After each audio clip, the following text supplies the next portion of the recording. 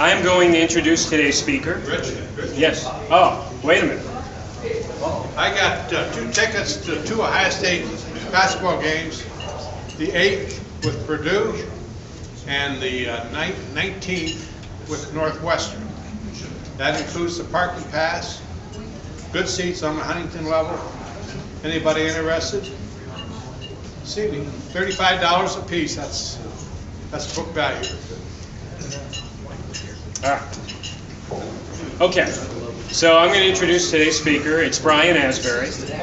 Brian is the Director of Development for the Heinzerling Foundation, Central Ohio's largest home for children and adults with severe developmental disabilities.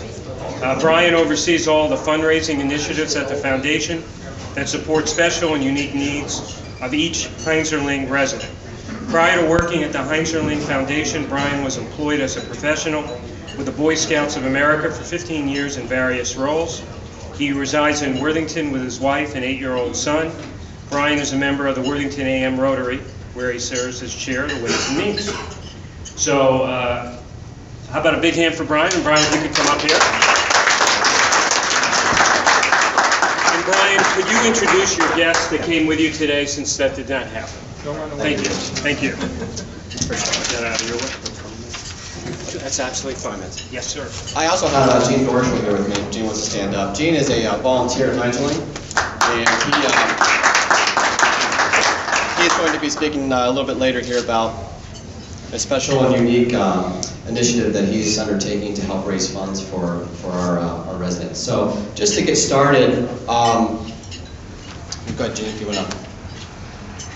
I do have a question. How many people in the room have heard of the Heinzerling Foundation? Make a show of hands. So that's great. That's a good number of folks. I tend to find that when I go out that there are a lot of people who have heard of the Heinzerling Foundation but aren't quite sure what actually happens there. And so, so it's really something that we like to do is to get out in the community and talk about the organization and why we, do what we do, and we fill a really important need in all of Central Ohio because our residents come from all over the Central Ohio area. In fact, our board chair, his son is a resident of Heinzerling, and he visits him on a regular basis. In fact, he even comes home to Worthington on the weekends. It's really kind of a neat thing. Just to get started here, the mission of the Heinzerling Foundation is to provide a loving and nurturing environment that enriches the development, education, and quality of life of individuals with severe or profound developmental disabilities.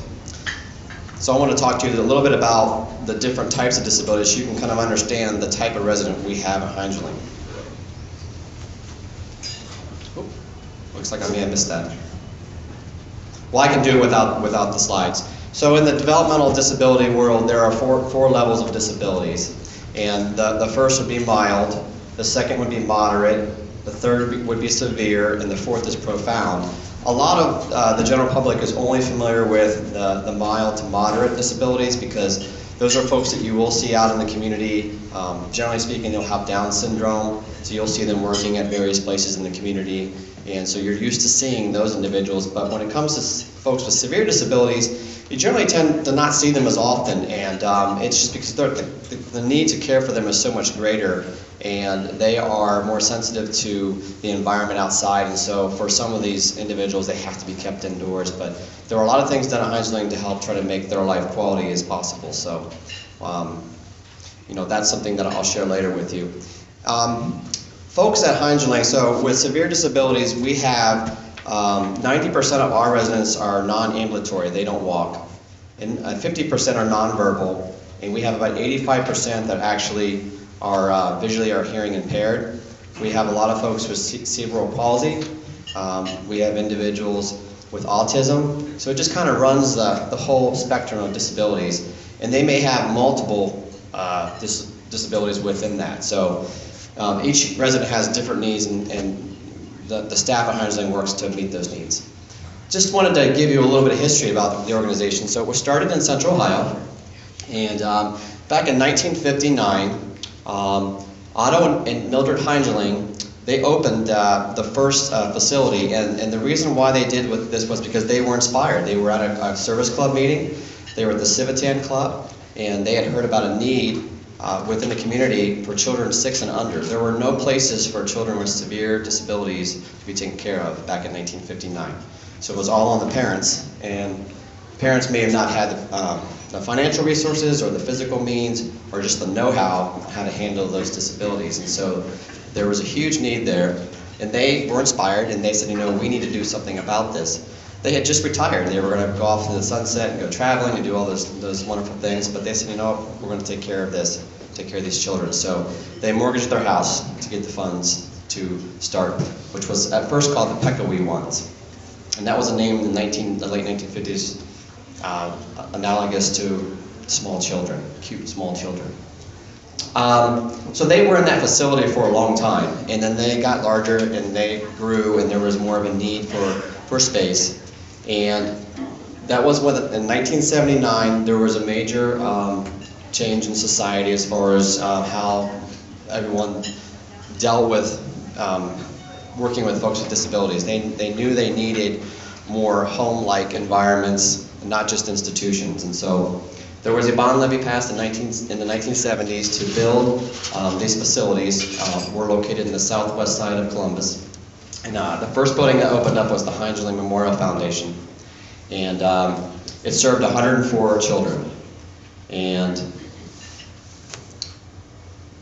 course they got larger as well and had different needs. So fast forward a little bit, in the 1980s, they built a second home across the street for the adults, and that's called the Heinzerling Developmental Center. And they have 104 adults there. And I just queried to find out what our youngest resident was, and our eldest resident. And at Heinzerling, we have a 17-month-old that just came from Nationwide Children's Hospital just last month. And we have a lady across the street that just turned 84. And she's been at Heinzerling the majority of her life. So that's really neat. You can see the span of that age group. So after the 80s, there wasn't really anything major in terms of building structures within our history until in the late 1990s, early 2000s.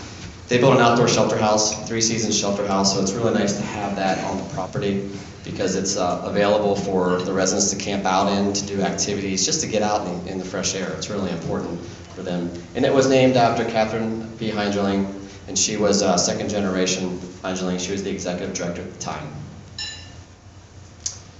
And then fast forward another decade, just this past 2 years ago, the Heinzerling Foundation built an outdoor sensory park for their residents. And this was a 7-year undertaking, lots of events, lots of fundraisers.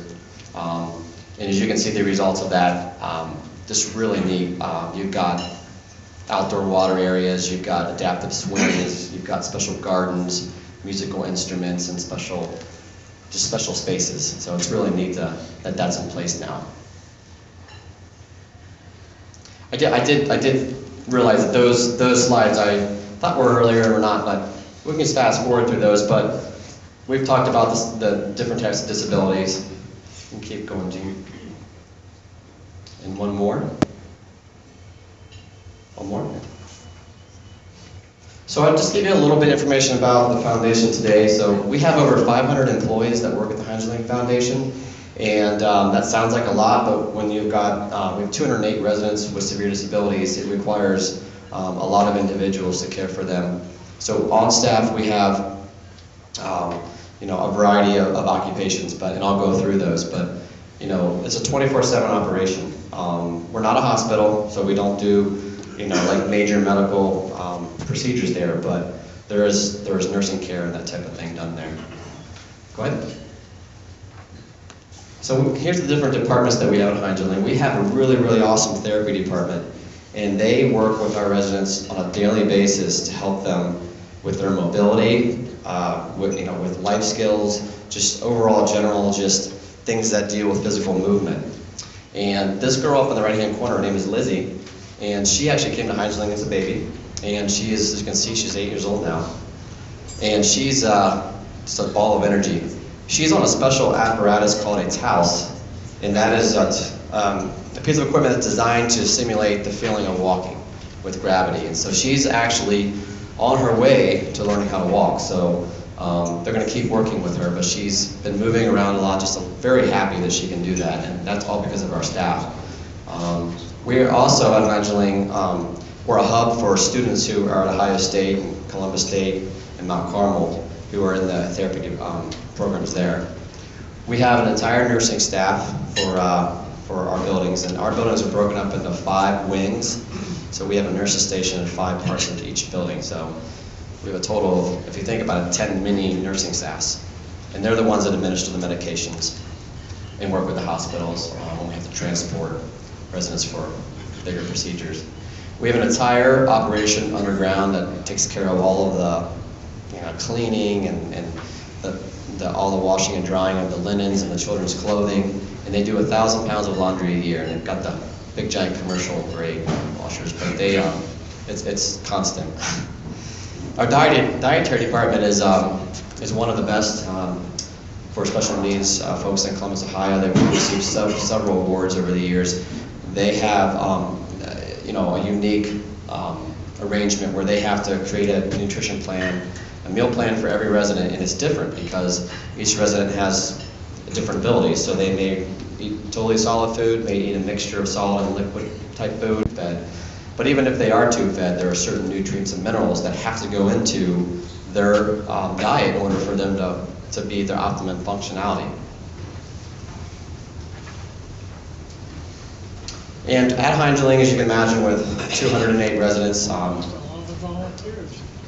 have a lot of volunteers that come to Heinzerling. We're very, very fortunate. And we have opportunities all throughout the year, so it's not a one-time thing. We have folks that are inspired and maybe have a personal desire to want to work with somebody with disabilities because they may have had a sibling or known somebody. And so we have volunteer buddies that will come in and spend time with the resident and take them on walks, take them to go get something to eat, just share time, just spend time with them, talk with them, read to them, play with them. And then we've got up in the right-hand corner, actually you guys, some of you may know Bill Lehner in the Worthington Rotary Club.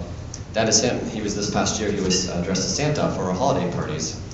And he is actually with a young lady there. They were opening a gift, but he's been gracious enough to come out for a long time to do this. His grandson is a resident at Heinzerling, so he's personally involved and passionate about helping out there. And we've got groups that come out and do landscaping, lots of ground, 55 acres to cover. So people are really great about coming out to spruce up the area. We have a lot of church groups that come out and do singing and bell choirs and those things. It makes it really special.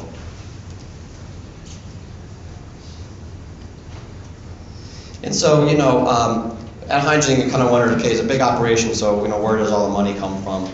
Well, majority of the money comes from Medicaid in terms of the dollars to take care of the medical needs, the room and board and the medical needs. And that's simply it. That's all that it takes care of. So if a child wants a toy, or wants a tricycle, a special tricycle, or wants an iPad so they can talk, those things aren't covered by Medicaid. They want to go out to the zoo. If they want to go to, Recreation Unlimited to go camping, those are things that aren't covered by Medicaid. So that's where our fundraising program comes in, is to fill that gap. And we're able to do some neat things to raise money so they can have a quality life and have lots of experiences like every other child. As like with many nonprofits, we do a lot of events. They do raise a good amount of money, but they're also important because it creates awareness for the organization and what we do, what we stand for.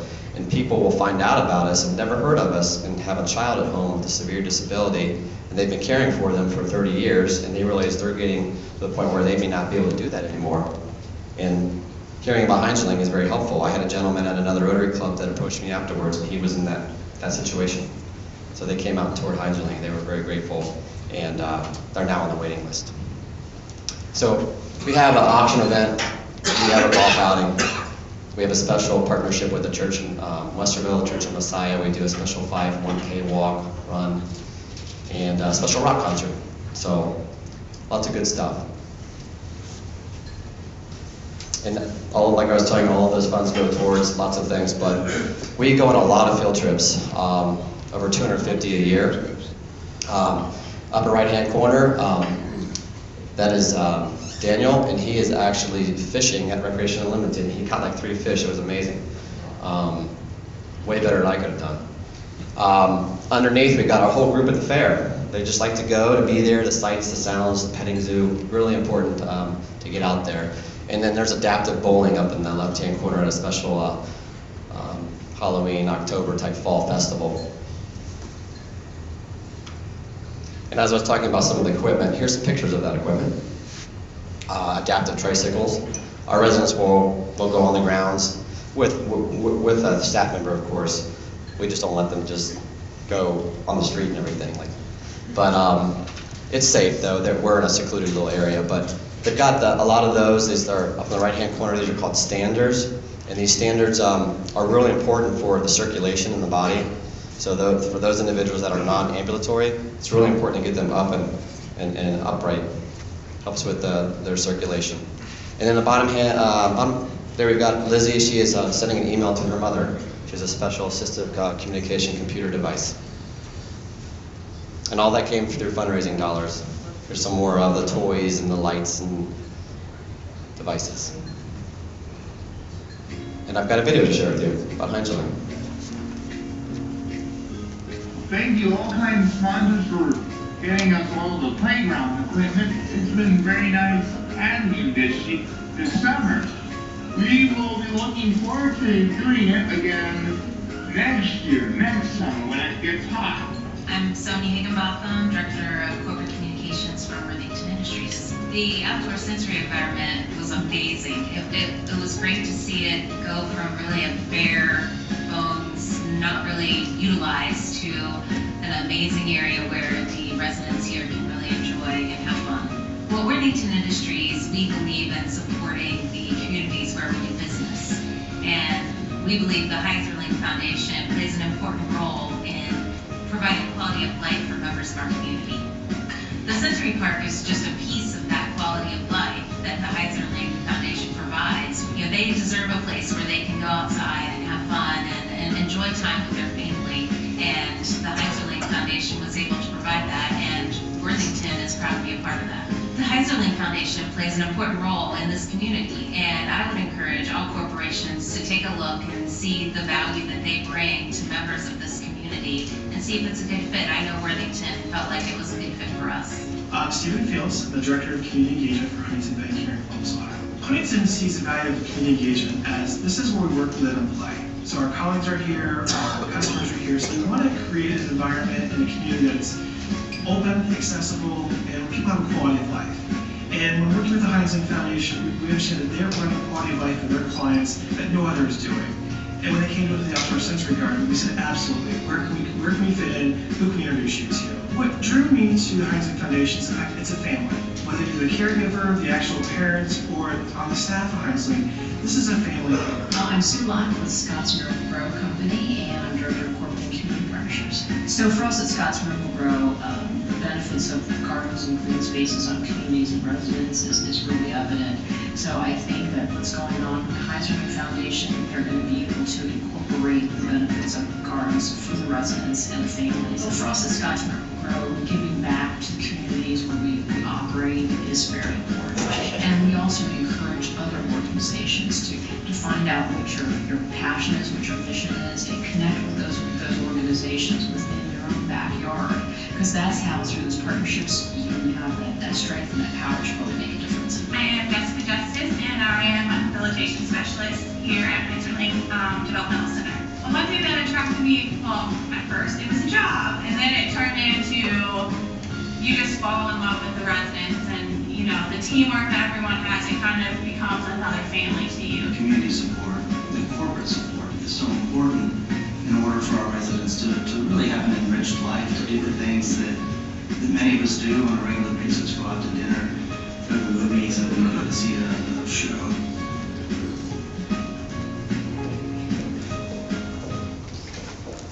So I wanted to share that with you, just because it shows you our residents having fun out there at Heinzerling, and then, you know, the community gets really behind our mission, and that's great. And just wanted to share that with you. I want to introduce Gene Deutschle to come on up. He and I have been working together on a special project that's going to help Heinzerling obtain a new wheelchair accessible van. We are trying this year to raise enough funds to get one. They're not very cheap, as you can imagine. And it's going to help us be able to go on more field trips and continue going to those places we're already going to with our residents. Gene?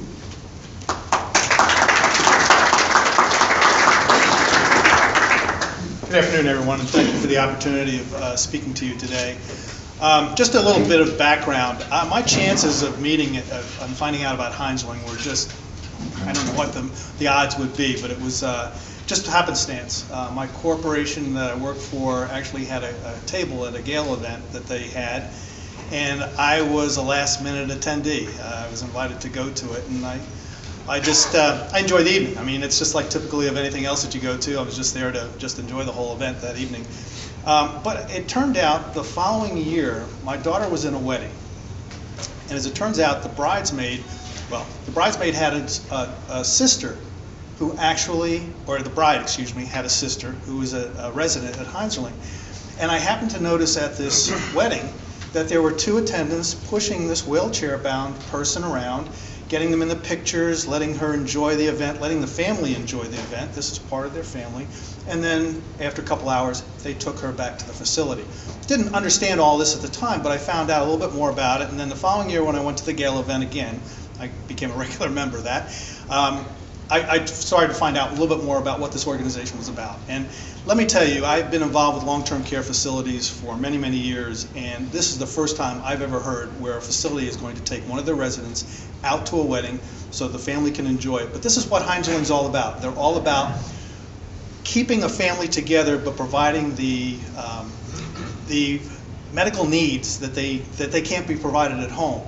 And so, I decided I was going to become part of their development board. And in 2001, I did join their board and was able to witness firsthand what they talked about when they said we want every resident to live to their fullest potential. I think from that particular gala event that year, they purchased these devices where somebody could push a button and it would say, "I'm happy today," or "It's good to see you."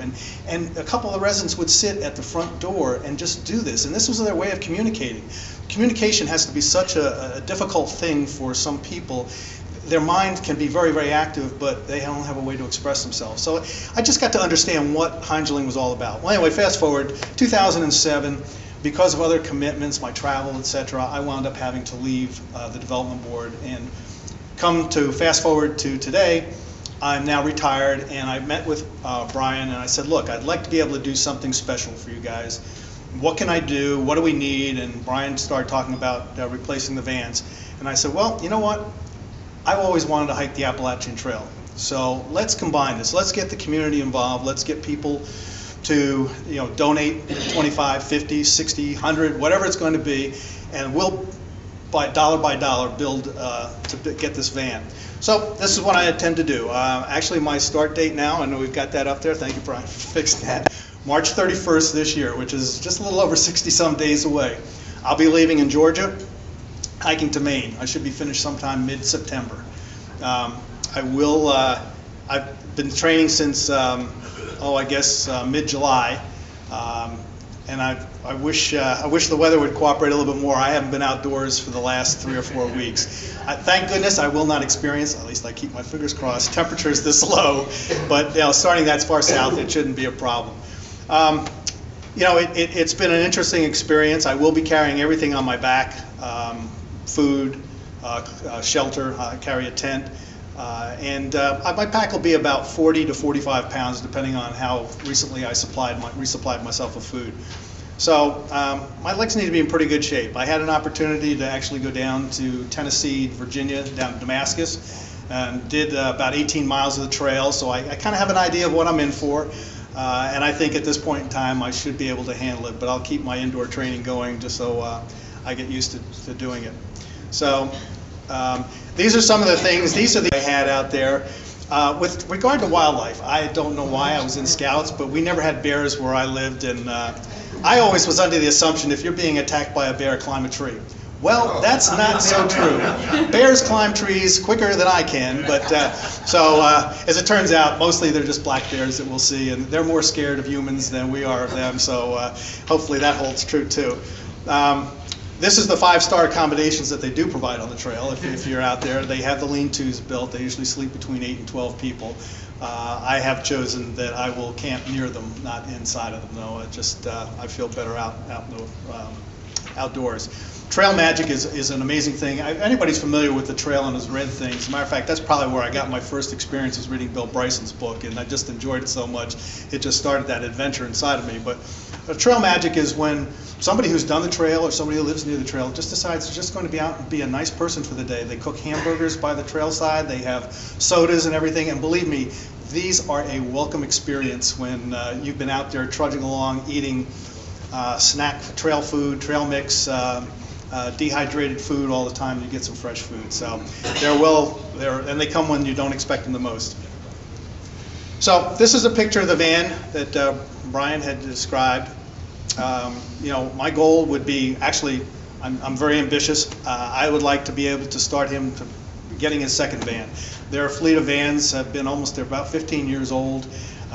You know, these have, the ones that they have currently now have rear access, I guess, as far as the lift side, which is more in common with what we have today, probably a little bit safer to use. So, and it will just give more residents more opportunity to be able to go out and enjoy the things that, you know, that your benefits, your support actually will benefit.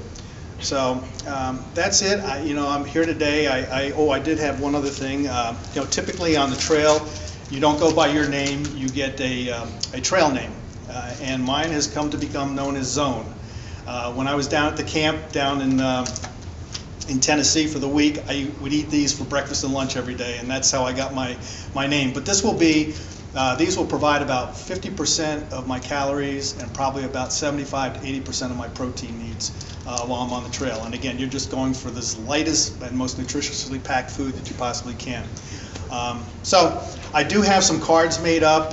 Heinzerling has been very nice that they've actually developed a website where you can go directly to heinzerling.org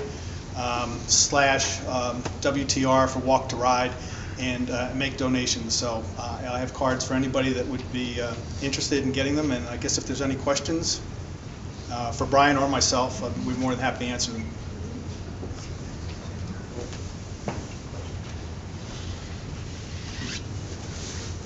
Shirley. The Appalachian Trail goes right through where Dartmouth is. Yes, Anna. And through, and rolls through Vermont, which is where my daughter lives. So I'll make sure she puts her name on the chart when you're coming through.